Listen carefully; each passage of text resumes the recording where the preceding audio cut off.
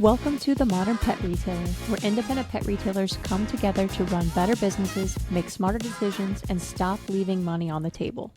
Welcome to the Modern Pet Retailer. The last month, we kind of covered how to build your businesses into franchise models, how to build SOPs and systems and daily routines to make them less owner dependent.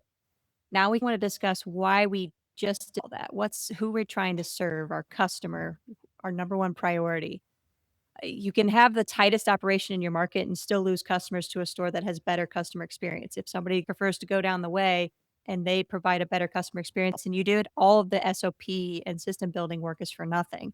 We have a well-oiled machine, but nobody to take care of. So that's going to be our primary focus for this next month was how do we keep customers coming through the door? We're kicking it off this week with the fundamental question of in retail is what actually makes somebody want to come back through your doors. Not what you think makes them come back, but what actually does.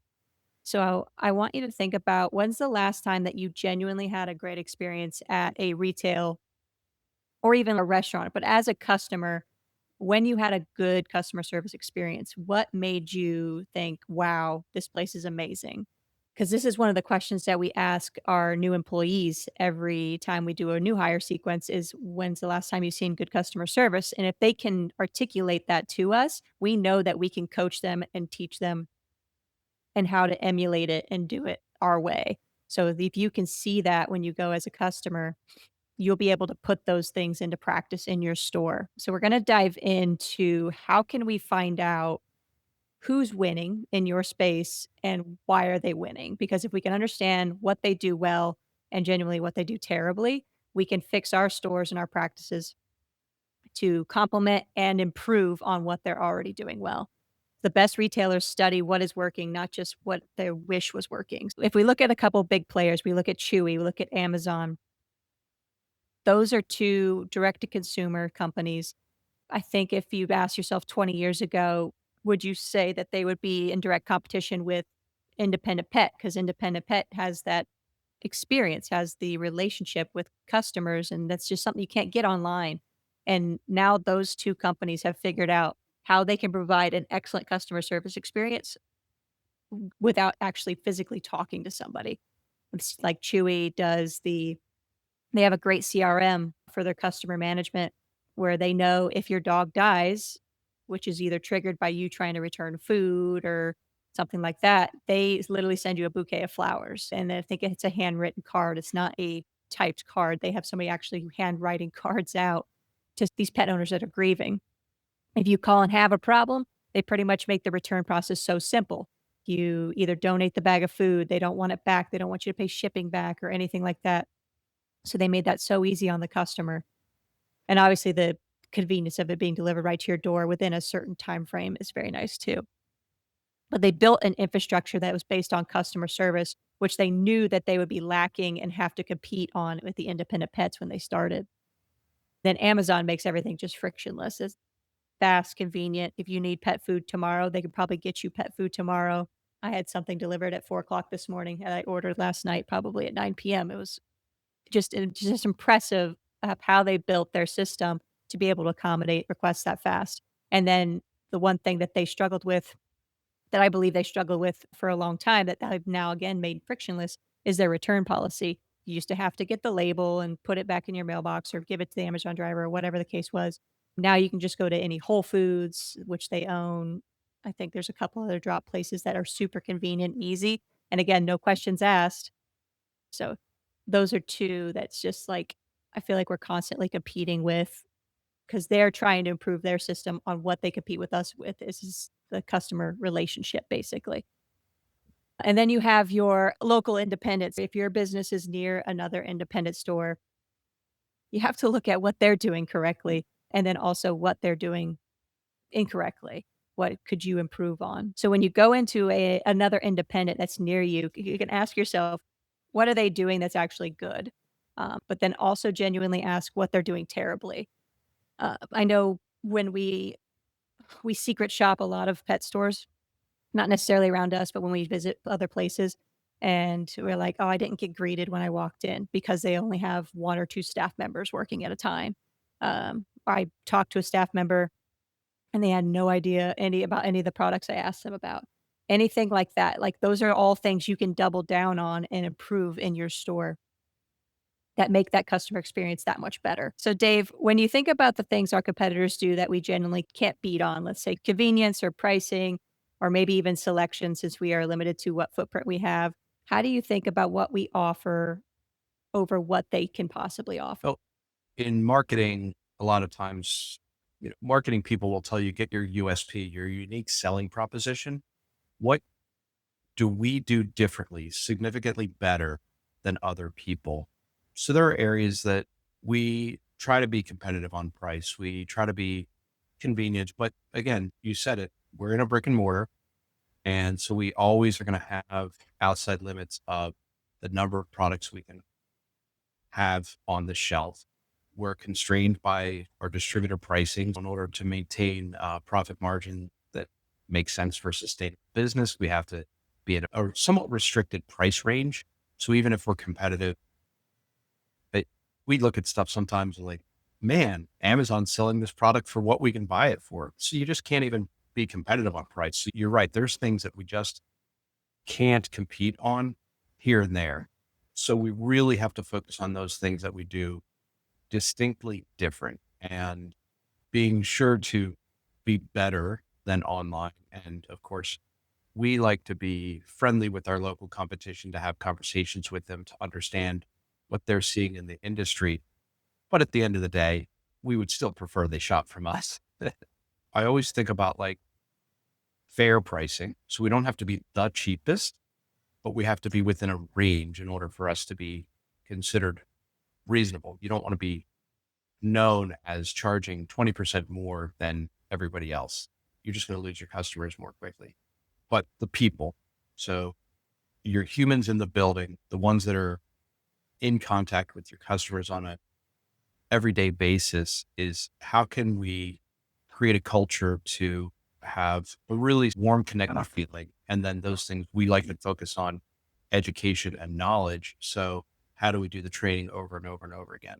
So these are the things I think as an independent, we have the advantage because we have very low turnover. Our employees stay a long time, which means they can learn more. And as long as we can build a culture of warmth and community and connection so that everybody comes through the door, gets greeted like a friend, we have the information to be able to share with our customers to get them the right products at the right time. This is where I think we have a very strong, unique selling proposition and the place that we can be different and better than online and as to a greater degree, a lot of local competition, especially the big box, but even some independent pet retailers who are maybe not quite as interested in the likes that we go about things for training and retention.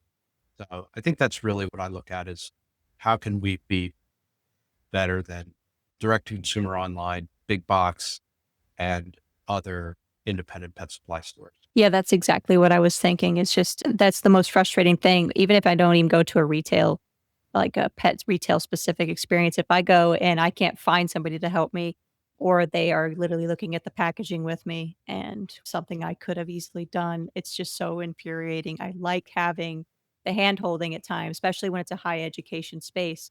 I was just in PetSmart the other day and we are new beta fish owners, and I don't know anything about beta fish, but I went in on a weekday and I couldn't find anybody to help, basically. We got the one person running the cash register, and that was the only person I could find, and I don't wanna pull them away from the cash register, they gotta be there. And then I went on a weekend where they would kinda change their I assume they staff based off of their busyness, but they had a fish person that was at a pedestal, so I was easier to find somebody, so I found that person, and then they didn't know anything about what I needed them to know about. They were looking at the packaging with me. One pulled out her phone and was Googling things. That's, like, something that you could just double down on. If it's something that frustrates you when you go to another place, don't be the same kind of thing, like, build that culture around education and your employees. Have a good culture so that people wanna stay and stay educated and have that genuine desire to help people. Real world example from our local businesses is everybody's familiar with Home Depot. And so you look at like selection to some degree and convenience maybe, and maybe pricing, but you go there because you think you're going to get what you need first shot. A lot of people do. And two examples of local competitors. One is one that still exists, and one is one that's gone out of business. Is we have it's a consortium called Do It Best, local hardware store. It's a family-owned store. They've been in the business for a very long time, and you can't get 5 feet inside their door without being greeted and without a pointed, what is it you're looking to do today? They will literally walk you to the shelf, walk you to the product, answer any questions they have. This is like the epitome of that type of high level customer service. Hey, and if you go there all the time and you know exactly where they're going, they're going to step out of your way and let you go. So they don't want to be a bother, but they want you to know that they're available. And the bad story actually from a local store is there was a family store years ago, which is now closed for good reason, is the primary owner had died and the family had taken it over, and they had been there for a long time. They understood their business. It was a hardware store, but the main feeling of the store changed. So the younger generation didn't care as much. They were not as interested in engaging in your questions. They might talk behind the counter and more or less ignore you. They were literally, if we're talking like in the 90s or 2000s, early 2000s, they were smoking inside the building. And I'm like, it was just a weird turn, right? You go in to go buy some nuts and bolts and whatever. And they went from the really high level customer service of the older generation to near zero customer service in the next generation. And it was very disappointing because, you used to shop there all the time. It was a place where when I was a young child, my dad would bring me and we'd mill about and have some conversations and buy what we needed and left. And to see them devolved so quickly, but it's a stark reminder of the things that you should be leaning towards improving on a daily basis and thinking about on a daily basis, because it's really important from your customer's perspective. You may not know it until it's too late that you turned people off and turned people away. But I think that was a pretty pertinent example of big box, Home Depot, and two otherwise similar local hardware family owned stores, one who's doing it great and one who went out of business because they just had no interest in serving their regular customers. So you're saying after I take over after you, you would not be okay with the staff smoking in the building. That's what you're trying to tell me, right? Don't. Noted. All right. We're not trying to out Amazon. But you're never going to be able to compete in such a small business like that. You have to try to out human them. You have to provide that experience that they just physically can't do. And one last note on that. You're absolutely right. Is you're never going to beat Amazon at their own game. They are the best at hypersimplification. But what you talked about earlier is understanding what your competitors do really well and what they don't do well. We do human better than Amazon, but we should also be looking at what are the consumer expectations that Amazon has created. So streamline, simplify, reduce friction. Those are all important. That's a long game, but that will become a baseline. That will become an expectation over time. And it's important to combine that frictionless with the human, because ultimately, if we're terrible at our processes, but we're friendly, people would love to shop with us, but at the end of the day, they won't. Right. And they're going to tell you that, oh, I really want to shop with you, but I can't because you're too expensive. I can't because you're inconvenient. I can't because it's just so easy to do it the other way. And so it's a good point that we're never going to beat Amazon at their own game, but we must be watching and understanding how they're modifying the culture and our customers' expectations. Yeah. So you mentioned earlier, like, how do we build a culture around staff wanting to stay here, but also staff being educated and answering those things we need them to execute on based off of things we didn't like within our competitors that we can improve on? How do we create unreasonable hospitality, which are just moments that make people to tell their friends about your store. Be like, "Yeah, it was a good experience. I went and bought my dog food." But, like, what made it the good experience? And it's not about the product, it's about the experience, essentially. So, unreasonable hospitality is giving someone more than they expected and more than they paid for, not in the way that costs you, like, physical financial money, but in gestures and experiences. So it's like the Chewy thing with sending flowers, it probably costs them they probably have a deal with a flower manufacturer, it's probably super simple for them to do, maybe $5 per, but the fact that they will probably retain that customer when that person gets another dog, or if they have 2 dogs and they still keep them, it's not expected, and it's an but it's completely unreasonable in the best possible way. So the independent pet retailer has an advantage here because you can actually you know your customers, you have a relationship with them, you see them on a regular basis. You know their pet's name, you know probably what their dietary restrictions are if you pay attention enough, or you have a CRM that can track that information. You know what brands they have or what brands they shop for because you have a history within your POS system. That knowledge is the raw material for the unreasonable hospitality. So one of my favorite most recent stories is an example of kind of what I mean. We had a vet office call. There's a customer of theirs that are boarding a dog with them, and they're on a specialty direct to consumer diet that nobody was able to get. And the employee left the frozen food out on the counter and it spoiled overnight by accident. And they were not able to get it from that company within a quick time frame just for how their operations work, but it wasn't something that we could obviously carry.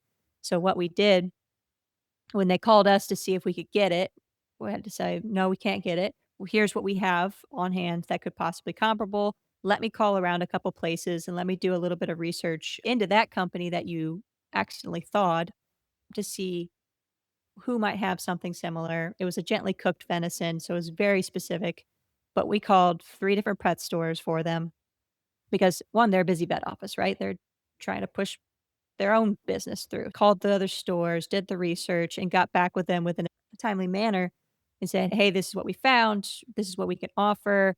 We can literally get it to you within the next 15 minutes. We can drive it to you." Obviously, no delivery charge because it's a stressful situation, and that was something that we can financially eat just to mend the relationship. We went above and beyond. We were willing to go to a competitor of ours and get this customer a solution. So whether we retain them and they went shopping with them for the rest of the time, my hope is that experience still stays in their head of, "Yes, I don't shop at Braxton's, but they also will do anything for somebody's pet." I want people to believe that wholeheartedly. So that's one of my favorite most recent examples. Dave, do you have a recent example or an example because 'cause you've been around for a while, right? So you probably have lots of examples.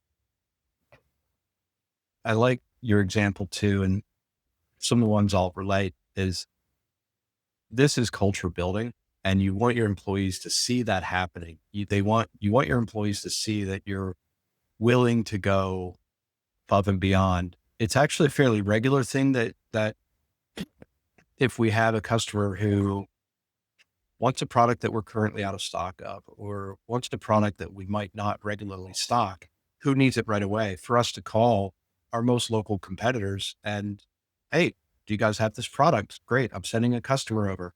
And it does 2 things. One, for our customer, it lets us know, just like Tiff said, that we're not afraid of sending you somewhere else because we really just want to serve you. And it also helps cultivate a stronger relationship with our local competitor. And this is going to be friendly with them and understanding their business and knowing what they carry. And it creates a reciprocal type relationship that I think is healthy for everybody. So that's a somewhat common example for us to call, not just for a vet, but for a customer standing in front of us. And I think you're right. It's a really good thing. It's good for our customer because hopefully we get them what they want. It's good for our relationship with our competitor because it built a community of reciprocation feeling that now our competitor's comfortable sending people to us. And it's really good for our employees because our employees see that we're cultivating a culture of sort of openness and generosity that we want them to replicate. Right. So we're not afraid to send one of our customers out to a competitor for fear of loss. We're doing it because we want to serve the customer. So that has some really strong implications there. Other stuff that we've done on a regular basis, and it just came to mind because it was raining the other day and it was actually a pretty significant downpour. And we have umbrellas by the front counter, and we'll always offer or just walk out with a customer with an umbrella. It seems like a small gesture. To your point, Tiff, it doesn't cost us anything at all, except for, 2 minutes. But can you imagine walking out to an exit door, your car's across the parking lot and it's pouring rain? You just bought a handful of products. You're like, this is terrible. Someone walks up to you with an umbrella, like, hey, let's get out there and get you to your car. And it's just that little wow that costs almost nothing. We've also have customers come in who maybe lock their keys in their car, or in the case of a battery, we jump their car if we have the capability to do that, or a flat tire, help them change their car if we have the capability to do that. But certainly if they're locked their keys in their car and we can't help them, okay, call who you need to call. Why don't you come in, sit down? It's air conditioned, it's comfortable, and just make them feel like we're warm, comfortable, and hospitable, that we want to make sure that they feel comfortable waiting with us and they're not imposing or anything. We want to build culture and system that allows us to create this unreasonable hospitality feeling. But at the same time, I believe the most memorable are those that are spontaneous, that the employees feel like they have the autonomy and the authority to respond to our customers' needs in the moment without asking for permission and without hesitating, so that they can just serve the customer. So it's just at a car dealership. And the opposite of that is scripted or canned, where went in and they offered bottled water and Keurig instant coffee. And that's nice, right? If you're thirsty, great, you've got water. If you're wanted to have a cup of coffee, they have that available. But it's honestly just kind of like, oh, yeah, I guess if you want it, there it is over there. And it's a nicety, but that's not that level of genuine, sincere, and spontaneous, over the top that we're really looking for when we talk about memorable experiences that your customers are just going to be completely blown away by. Unscripted, very spontaneous, in the moment. Customer has a need, employee has the culture that, oh, I can do something about this to help them out. So it's important both to create structure and culture, but canned doesn't have the same impact. We have to think about those two sides of what we're looking to do and what we're looking to build to make sure our customers are really engaged by the experience that we offer. Yeah, the like you said, the culture that like sharing those experiences, like I let everybody know that that situation happened, and I think, like you said, it buys you goodwill with your employees, but also they're like, "Oh, we'll literally do pretty much anything for a customer as long as it's not dangerous or anything like that." Because it felt like after I told them about that experience, we had a customer come in, she said she had back surgery of some kind. She needed us to carry the litter down for her. And on top of that, the litter comes in a 28-pound thing. So she had to get it to her apartment, basically, and so she had pre-portioned containers in the back of her trunk, and we carried it out for her car, and one of the employees is like, "Do you want me to already pre-fill these containers for you?" Because she was using the containers to carry it in smaller portions up to her apartment or whatever, and she's like, "Oh my gosh, that would be amazing if you could just fill these for me, because it's one less thing." Because either she was gonna have to go home, cut it open, and then lift it a little bit to put into those containers, so we were able to do that right in the parking lot.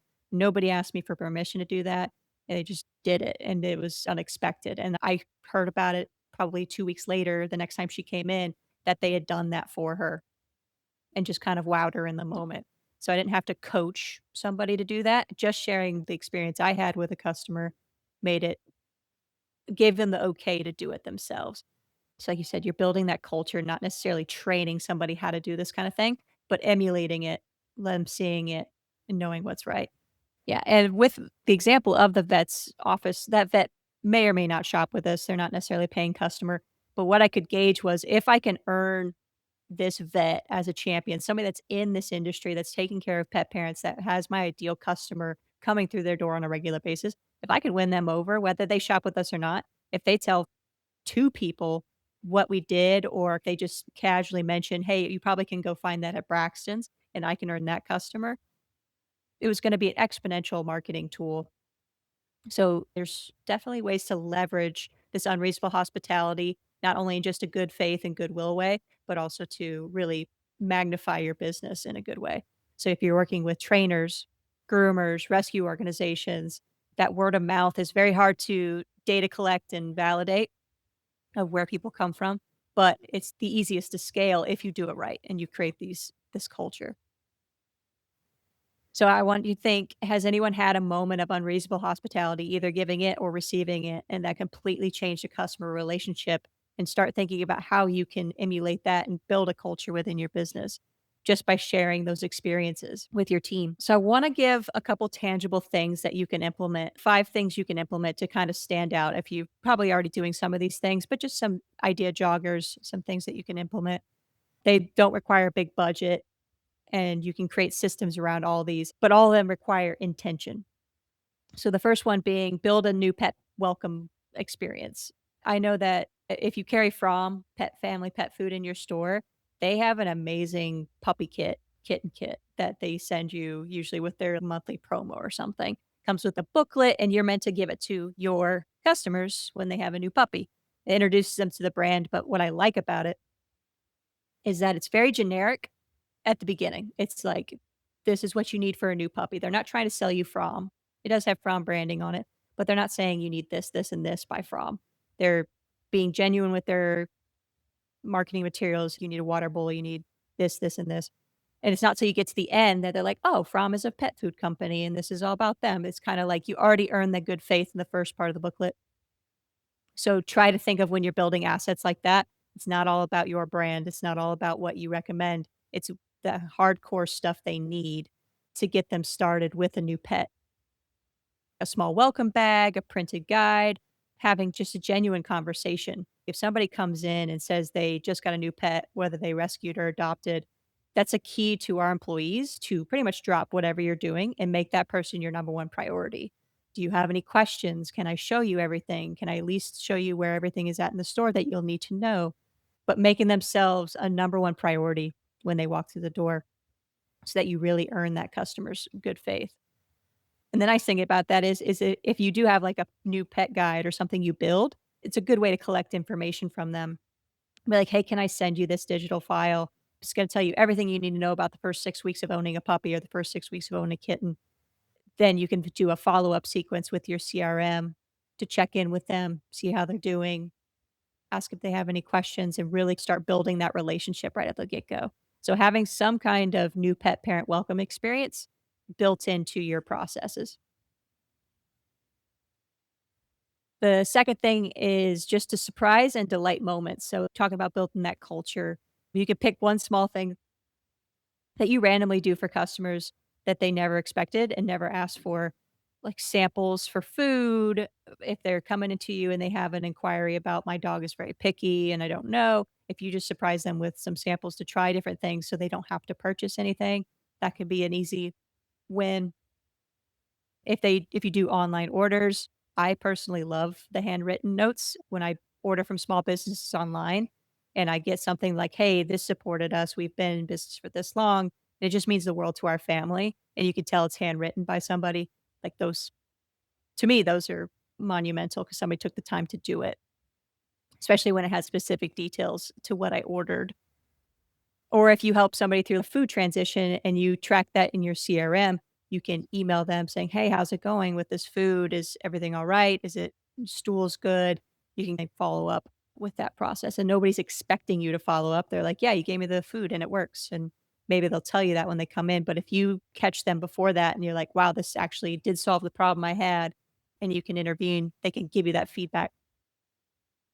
None of this has to be expensive. It just needs to be unexpected, basically. Like Dave said with the umbrella, like, we have the umbrellas, they're offered to anybody that wants one, but if we just come out there with it open and be like, "Let me walk you to your car, it's torrential downpour," it's just surprise. So, $10 umbrella that we probably had for 50 years. Making the hard things easy. When I think about what Amazon used to not have implemented with their return policy and making it somewhat difficult, and I don't know, Dave, when you implemented the return policy here, if it's always just been a thing, make returns so easy. It's just something so simple. If they order a product from a brand online, whether if it's not Amazon or Chewy, and they get it directly from that company, usually you have to get a UPS sticker to put back on it to send it back in the mail. It's inconvenient. A lot of other companies haven't nailed down the same process. But if they buy it from our store, it's so simple. It's just either bringing it back. We make it as easy as possible for them to return products. Yeah, I like the return example because there's a few sort of nuances to that to make it easy is to make it from the customer's perspective, which you're pointing out, Tiff, is Amazon's done not only a good job making their purchasing frictionless, but also making their returns frictionless. And this is just I think it's a useful word to think about because we've done easy returns for a very long time. Just we want to make sure products we're carrying are high quality products. We want to stand behind them. So basically that means we're willing to take them back with a lot of times just crazy issues. And sometimes we end up having to eat it where we have to throw the product out. Sometimes we can pass it back up the chain to the distributor or manufacturer and get a return there. So financially, it's a win-lose. Sometimes we win, sometimes we lose. I had a conversation with someone in the past. It was a local business owner, and they made this really good point is suppose you're going to lose $15 on this. They bring back a leash, they bring back a collar, they bring back a toy, and you decide not to take it back. You dog chewed it up. We don't owe you a new toy. Totally legitimate, absolutely fair, not a problem. How much money do we spend trying to acquire customers, right? It's like maybe we're doing advertising, maybe it's just word of mouth, but we live our lives wrapped around making sure we're attracting customers and we're willing to turn someone off for the cost of a $15 toy, right? It cost us $8, $7, something like that. And we're going to say, no, sorry, it's just not going to happen. We're not going to take that back. $7, you're going to risk losing a customer for $7, right? A higher, lower food, not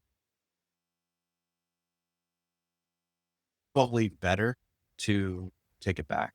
And then the other part is being pleasant and fast, right? So we don't want to argue with the customer and then give in, right? Like, well, I don't know. Like one thing we will do is we will switch. Hey, looks like your puppy's going to chew up every soft toy you buy. Let's look at a different series of toys that are going to be more durable, but we're not going to tell them no. We're not going to fight with them. Well, your dog chewed it up and it's not indestructible and whatever. You're just like, oh, wow. Sorry that you were disappointed with this. Looks like your dog's in a chewing stage. We'll certainly return this, but let's look at toys. So we're educating at the same time we're swapping out. So those two things I would look at is one, the dollar value of potential loss. It's probably not worth the risk of turning away a customer. Two, if you do decide that you're going to have a very liberal, easy return policy, just do it and don't fight with the customer about it. And if you have the opportunity to educate and or upsell, hey, all the better, right? Let's not go with that $15 toy. Let's do a tougher toy that costs $25. Perfect. Everybody's happy. Dog's safe and secure. You did the return. So just some nuance to that is so important to make the whole return experience, that interaction where they come in frustrated and upset and leave super happy, because now you've turned someone who was expecting pushback into practically a raving fan. You know what? Is there a risk that they abuse that? Of course. And if that happens, you can address that on the third return or whatever. But I will tell you from years and years of experience, it's very, very rare. And you will get verbal affirmation that the customer is surprised and delighted. Like, oh, wow, that's wonderful. Thank you so much.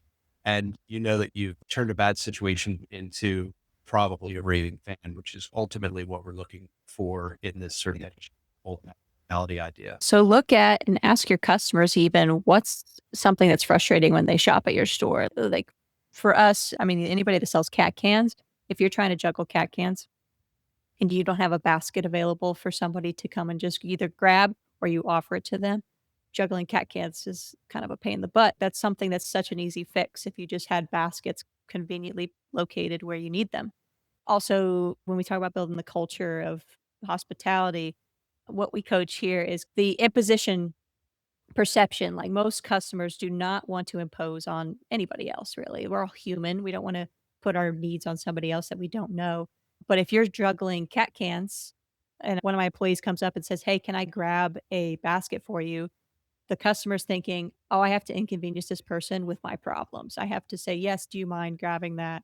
But if my employee goes up there and sees somebody literally clearly juggling enough to ask them if they need one, just grabbing the basket before you go over to them so that you can just be like, "Hey, I have a basket here. Would this make your life easier?" And then most people will take it 9 times out of 10 then because it's no longer an inconvenience. You already performed the work. So we try to coach that into our employees and the culture here. If you have a part of your store that's hard to find, most people come into our store, they're looking for some of the bigger box brands, so like Pro Plan or Science Diet. You can't see it when you walk in. There's really like, you can kinda see where dog food is if you looked off to the left, but you might not be able to find that thing pretty easily, so when they walk in, if you ask them like, "Hey, is there anything I can help you find?" They're like, "Yeah, I'm looking for Pro Plan food," you can walk them to that spot real quickly. Whatever the inconvenience is that you notice people having on a regular basis, start implementing processes and start coaching your employees to help fix those and solve those problems is easy. So make the hard things easy. The fourth thing is creating a feedback loop that actually works. So, like I said, asking your best customers, "What's one thing we could be doing better?" And on the opposite side of that, "What's something you absolutely love about shopping here?" Both of those answers will give you some insight into things you can change or things you can even double down on. Bonus points if you do ask them what are the best things you love about shopping here, and you get them to do that on camera, and we can use that as marketing content. That just usually outperforms most marketing content. So if you can get them to do that on camera, that's very convenient. Then the fifth thing is just acknowledging the hard moments. So the things that Chewy is doing, right? It's when a customer loses a pet, they send the flowers, the card, and everything, and they make that last return if you don't need the food very easy. But how easy can we make it on people when they're grieving a loss? We had probably about a year ago, a whole family came in and I believe it was a basset hound or something, but the mom was clearly like either she had been crying or something. The eyes were reddish, and I could just tell there was something going on. And she approached us, asked us, "What's the best treat? Like the creme de la creme of treats. Like, we wanna buy this guy anything, we have to put him down tomorrow." And I immediately obviously knew that this is gonna be very hard. This is their last shopping experience with this dog that they've built a relationship with. And I walked them through literally everything they physically could ever dream of. And then I told my staff, I was like, "Whenever these people come to pay, we're gonna take care of everything they buy. No questions asked." Like, ho so it was just and then when they got there, like, I think the mom started crying again when I said it was taken care of. "You guys have a good day." The last day, I'm like, "Oh, it makes me wanna cry right now, honestly." That's pregnancy hormones. I mean, that cost us a $50 transaction maybe, if I remember what they got. But that last experience, there was no financial burden. They could spend that last day with their pet. They were spending it as a family with their 2 kids, stuff like that. Just go above and beyond. They weren't expecting it. They got to shop without the perception of, "Oh, I don't wanna pick." Like, if I told them that before they went shopping, they might have not picked everything they wanted. I wanted them to pick as if they were gonna buy it and everything they absolutely wanted, and then surprise them on the back end and just hopefully make their day a little bit better because it was about to be very uncomfortable and worse. You don't have to necessarily send a card to customers, you don't have to send flowers, but gestures like that, I think, can go a long way during times. Also, anybody that comes with a dietary issue, like they come and their dog's been diagnosed with cancer, and they have to abide by this long list of demands that their vet gave them to try and help keep their treatments on track and all of that. We if we don't carry a product or we can't get a product that they need, we help them find it. We try to help them offer solutions. If even if they're not buying anything from us, try to make that situation better. Before we carried like Square Pet, if anybody came in with a pancreatitis or a kidney disease kind of dog, we just couldn't sell them anything because we couldn't sell prescription foods. So we had no answer for them other than giving them where they could go to get that type of product. It's very difficult when you have a loved one that can't tell you what's wrong with them and they can't articulate that they're in pain or anything and they find out they have these conditions. So trying to make that experience better for people is crucial. So of these 5 things, Dave, which one is your favorite? What one would you implement first if you were working with a store? The ones that you just described, I think are the most impactful because you're dealing with difficulty and emotion. And the more you can ease a customer's pain, it's just incredible to be able to be part of that experience. And can you systematize that? I don't know necessarily, but like we've already talked about is building the culture of allowance and coaching for your front staff to say, hey, we're here. Look, we're all in business to be in business. We all have to build out a profitable, sustainable business. And that's super, super important because otherwise, we're just not going to make it. But those moments of deep connection are 10x value, right? If you gave away $50 of product in a highly emotional context, can you put a number on it? I don't know. Maybe you can, maybe you can't. But my sense is that that's a 10, 20, 30x impact. Choking me up to it. Can I claim hormones? Imagining the positive impact that you made on that family just in that moment. But from our kind of like thoughts here and things that we want to do to make sure that we are connecting at best with most of our employees most of the time is I like this surprise and delight, right? So again, this is having your employees understand that they have the autonomy and authority to make things right in the moment. And I think the best way to frame it when you're doing coaching and training is you'll never be punished for using your best judgment. And if they make a mistake that costs more than you want to spend, do not correct harshly, guide. Thank you for taking care of that customer. It's a wonderful thing that you did. In the future, let's try not to let it get over $25. Let's try not to let it get over $50. But thank you so much, right? And then build that into a system. The other part, because I love systems and processes, which makes me really fun to talk to, is the making hard things easy, because this is about discovery and asking and finding out and then saying, all right, well, how do we fix this together with yourself and your staff, your employees, and just saying, all right, well, what are the little things that we can tweak that makes things easier? To your point about the vet story earlier, is not just easier for your customers, but easier for your employees, easier for yourself, easier for your other people in the community, like this veterinarian. When we make things easier, then we create connection, right? Because what I usually say about technology is good technology disappears into the background, but you notice when it's not there, right? So like if we make everything easy, it might not be recognized, but there's an underlying comfort. There's an underlying appreciation that if they go somewhere else and they're like, oh, this is ridiculous, right? Then they quickly realize you're that much better. So if I were to look at the whole store and what could I change right away, is I think that's the best question that you had thought about, is like, what's frustrating? What's a bottleneck? What is difficult to do? And what can we do immediately to start to streamline those processes? It could be your return policy. It could be certainly the way certain things are stocked. It could be different parts of training of what your employees are supposed to be doing as they engage with customers.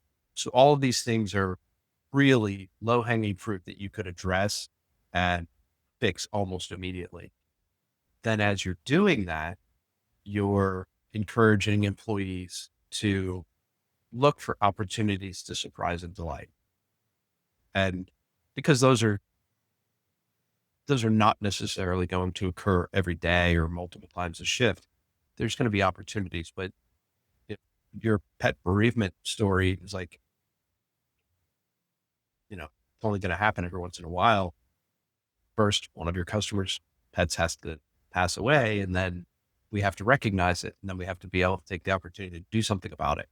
So those things don't happen every day, but we start building the culture that allows our employees to do something that they feel is right, to use their best judgment and to make it right and fun or interesting or help ease somebody's pain.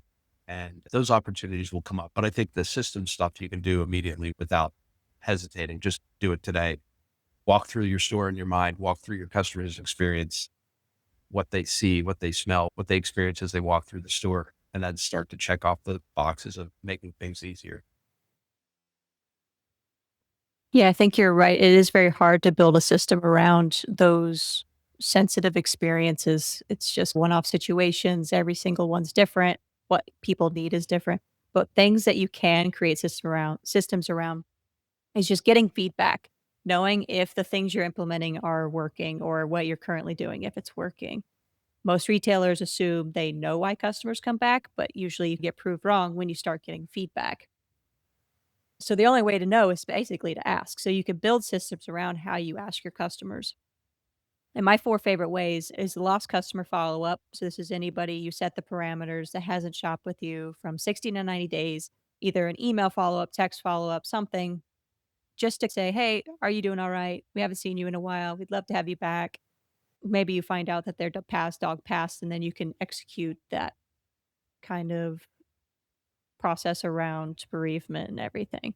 Brand loyalist videos. I had seen the greatest idea from another store on social media. They had what looked like a if you're going to comedy open mic night kind of mic in their store, and I think the sign said something to the effect of, "Tell us how you feel about us."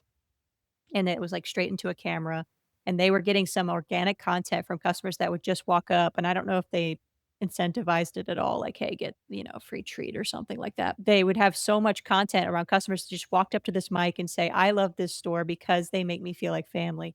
I like this store because when you walk in, it's bright, and I can find whatever I need for my pet," whatever the case is.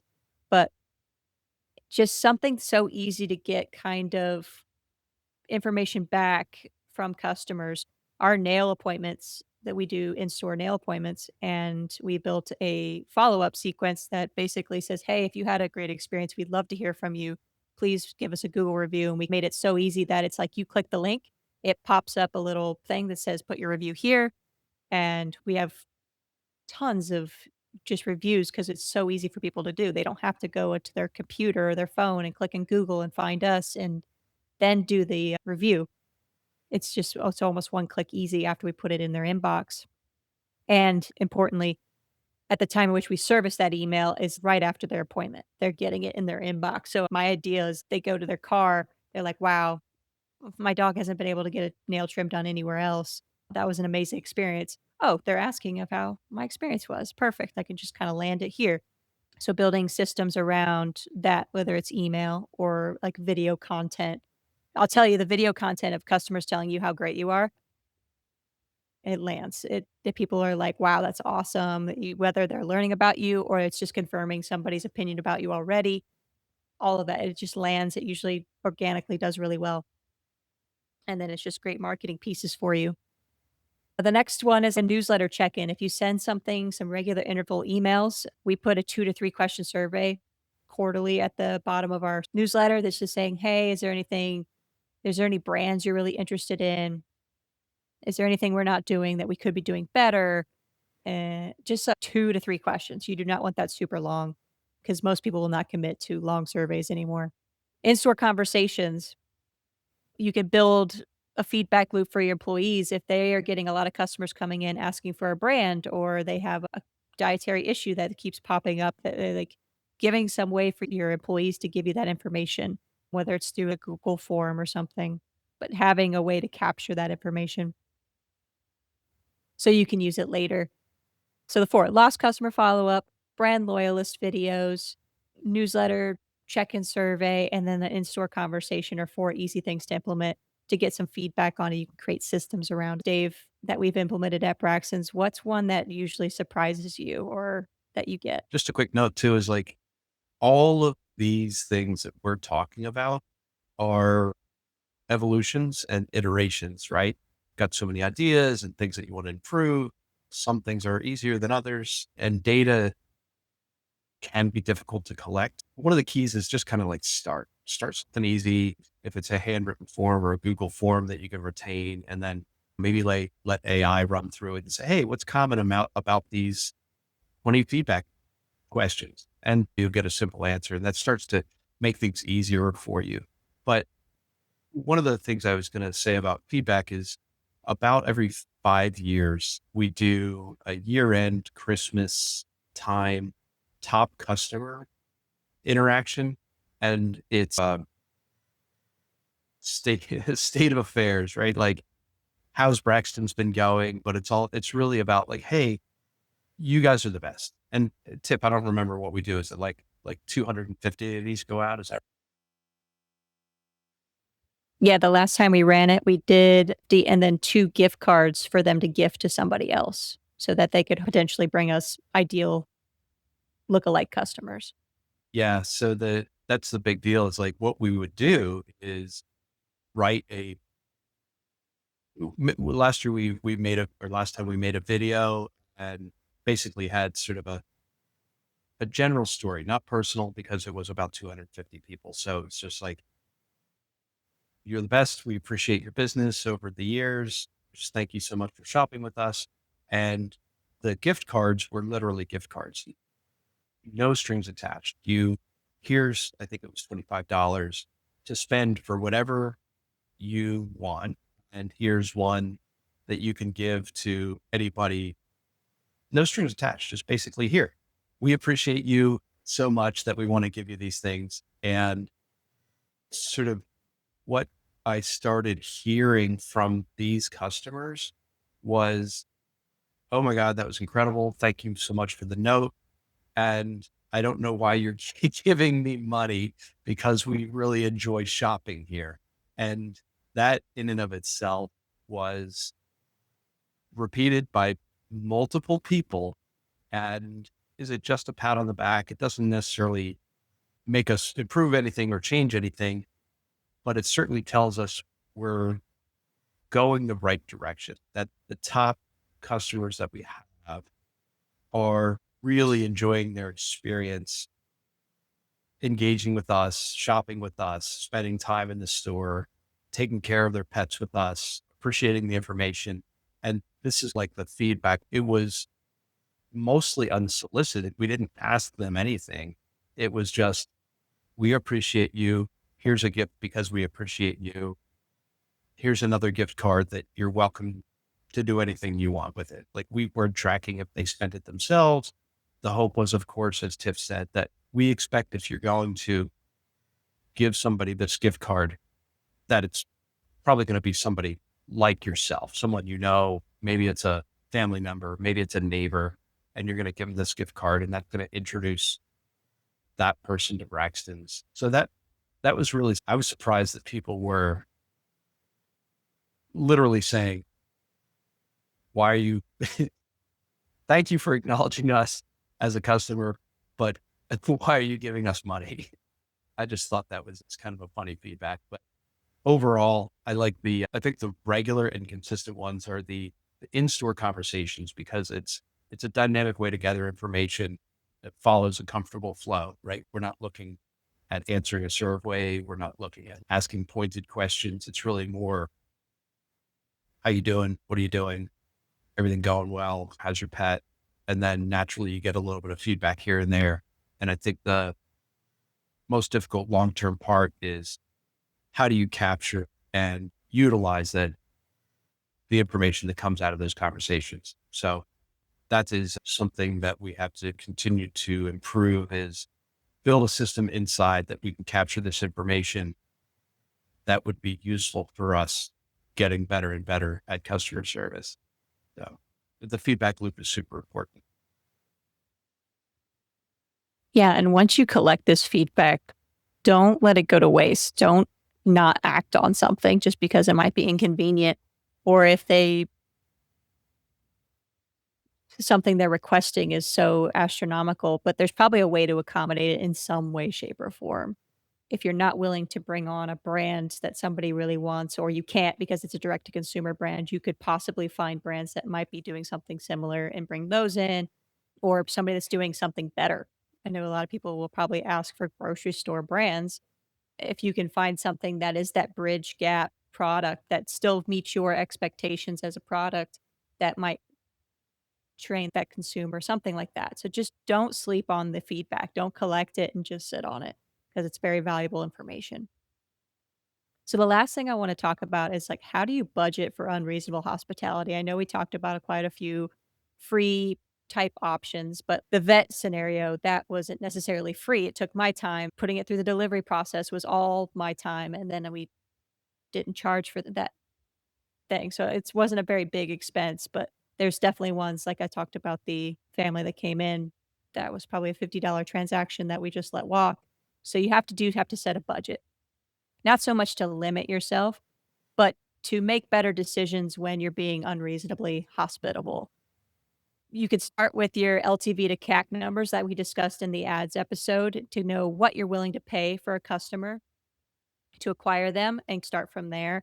Definitely doesn't have to be your bare minimum, but you don't want to have that number be, "I'm willing to pay $100 for a new customer," and you're getting outside that number with some of these unreasonable hospitality transactions. So you kinda want that as a baseline, and then you can multiply that, "I'm not willing to lose 1,000 customers this year to these kinds of things," and you get it for what your budget could be.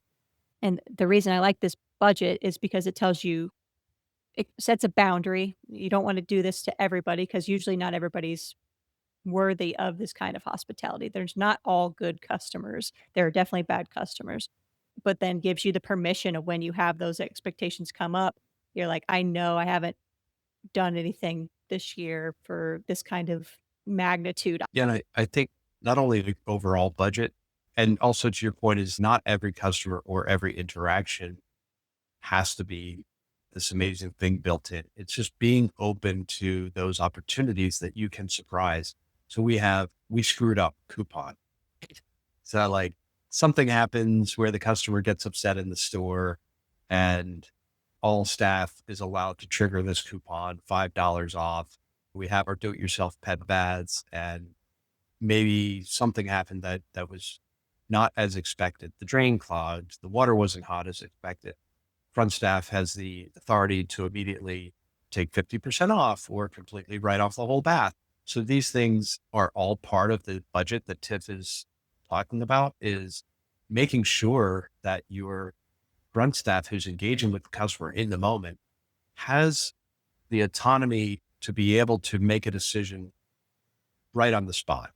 And you can set a budget to that, right? You can say $5 for the customer or $25 in this type of situation. The budget is super important. And those are a few ways that we convey to the front staff tools that they can use to make it happen in the moment without thinking. Yeah, most people think of budgets as being restrictive, not but a budget gives you freedom to do these things.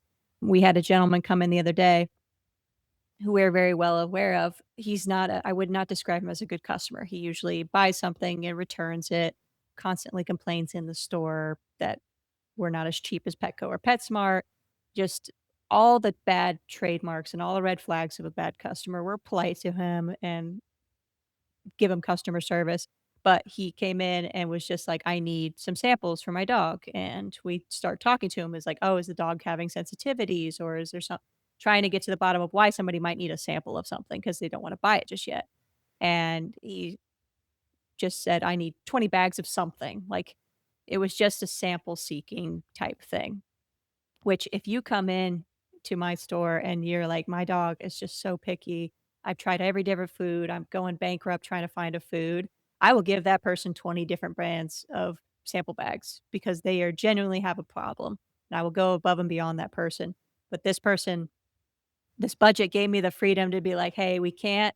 I can give that guy solutions to be like, "If you go to this food pantry, you can get free donations to try until you get paid," or whatever the case was that he needed those samples. It wasn't for the best intention, and I'm not doing anybody favors, whether it's the brand that has the samples, by just giving them away like that. That you wanted to add to not being a good customer. He's also obstinate and rude to our employees. Not only is he, it's not just a financial engagement. He's not a good customer because he doesn't buy everything at Braxton's. He's loud and rude and inconsiderate. And it just, I think maybe where Tip is going to is says the type of person who would give him an inch, they take a mile, right? Give him samples once. He actually came back in and asked for samples again, right? So we wanted to make sure he could take care of his pets and help him out by giving him some samples, but we didn't want to create a routine where he's in every single week asking for more and more and more and more and more, especially given his disposition and his history with us. Is take care of him. He's a customer, treat him with respect, but there's of course a limit to how far you might want to go. Yeah, and that's what I love about the budget. It's not just a financial budget, it's like a mental budget. What's your mental bandwidth? What's your financial bandwidth to these types of things?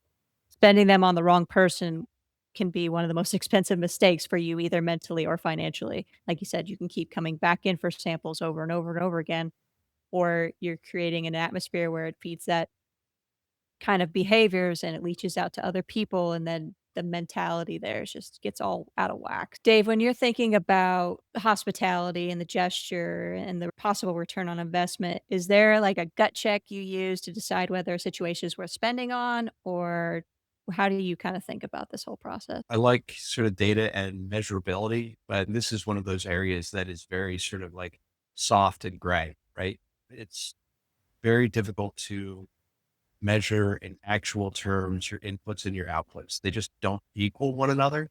But when you are setting numbers and you think about this, mostly in my mind, the conversations we're having today is to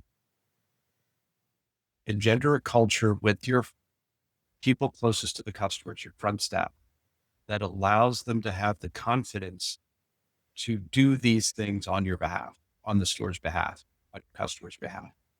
And that is part of the budget. So if you look at your lifetime value, if you look at your customer acquisition or the cost of loss, right? If you have a situation that might turn out in losing a customer and you put it in those terms, because those numbers you can get, you can measure, you can create those numbers.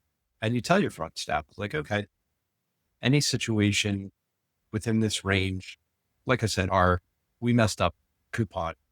This is going to be maybe your highest occurrence event, upset customer for a valid reason, something front staff can trigger immediately without question, right? So now you turn a bad situation into a good situation. Then maybe you set a higher budget for examples like Tiff's bereavement and upset customer from a personal perspective. They lost their dog, they're losing their dog, their cat just passed away, and they're just visibly, emotionally having a difficult time. And maybe 25 to $50 is a really good sort of round error to say, encourage your front staff, like, this is okay. This is okay for you to do this. Because if it depends on you and they have to wait, oh, I want to do something, but I've got to ask somebody first, the moment's gone.